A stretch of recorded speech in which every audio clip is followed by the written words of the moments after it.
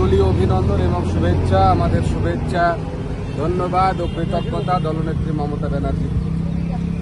সর্বোপরি যাকে সামনে রেখে এই বাংলার নতুন প্রজন্ম স্বপ্ন দেখে, উৎসাহিত হয় এবং আমরা নতুন করে আমাদের সমস্ত কর্মকাণ্ডে উদ্দীপনার সঞ্চার আমাদের মনের ভেতরে হয়, সে আমাদের প্রত্যেকের নেতা অভিষেক ব্যানার্জির প্রতি আমাদের অন্তর শ্রদ্ধা।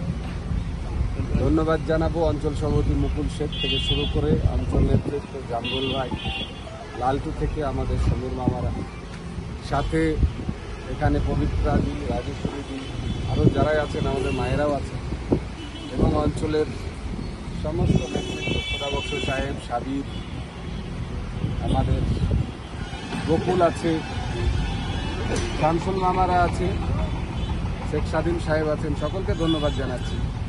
বেসিক্যালি প্রত্যেক দিন নওদা ব্লক তৃণমূল কংগ্রেস সমস্যা সমাধানে মানুষের মাঝে থাকে।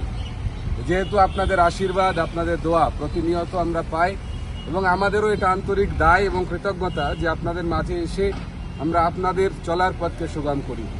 সেই অঙ্গীকারকে সামনে রেখেই মুর্শিদাবাদ জেলা পরিষদের তত্ত্বাবধানে 400 মিটার দীর্ঘ রাস্তা, সেটা ঢালাই কাজ শুরু হবে।